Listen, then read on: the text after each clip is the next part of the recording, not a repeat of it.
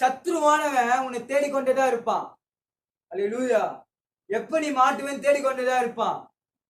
நீ அந்த பாவத்துல விழும்போது, கர்த்தரை தள்ளிட்டு அந்த பாவத்துல விழும்போது, அந்த பாவத்தை நம்ம தான் தேடி போகிறோம். அல்லேலூயா, அல்லேலூயா, அல்லேலூயா. இப்ப ஒரு எக்ஸாம்பிளுக்கு எடுத்துக்கோங்க. நீங்க ஒரு இடத்துக்கு போறீங்க, ஓகேவா? உங்க ஃப்ரெண்ட்ஸுங்கன்னா கூப்பிடுறாங்க, ஒரு இடத்துக்கு போறீங்க. அந்த இடத்துல ஒரு பிரச்சனை ஆகுது. அல்லேலூயா. நீங்களே வீணா போய் பிரச்சனையை இழுக்கிறீங்க. அந்த பிரச்சனை எப்படி ஆகுது? ஆபத்துல முடியுது. அல்லேலூயா. அப்ப நம்ம அந்த இடத்துல யோசிக்க மாட்டேங்கிறோம். இந்த இடத்துல நம்ம போனா நம்மளே இழுக்கிறோமே, இது ஆபத்து நம்ம யோசிக்க மாட்டேங்கிறோம். அல்லேலூயா. நம்ம யோசிக்காம செய்கிற காரியம் தான் அது நம்மளுக்கு லாஸ்ட்ல ஆபத்தா மாறுகிறது. அல்லேலூயா. அதேதான், நம்ம யோசிக்காம இந்த பாவத்தை விழுகிறோம். அல்லேலூயா. நம்ம அந்த பாவத்துல விழும்போது என்ன நடக்குது?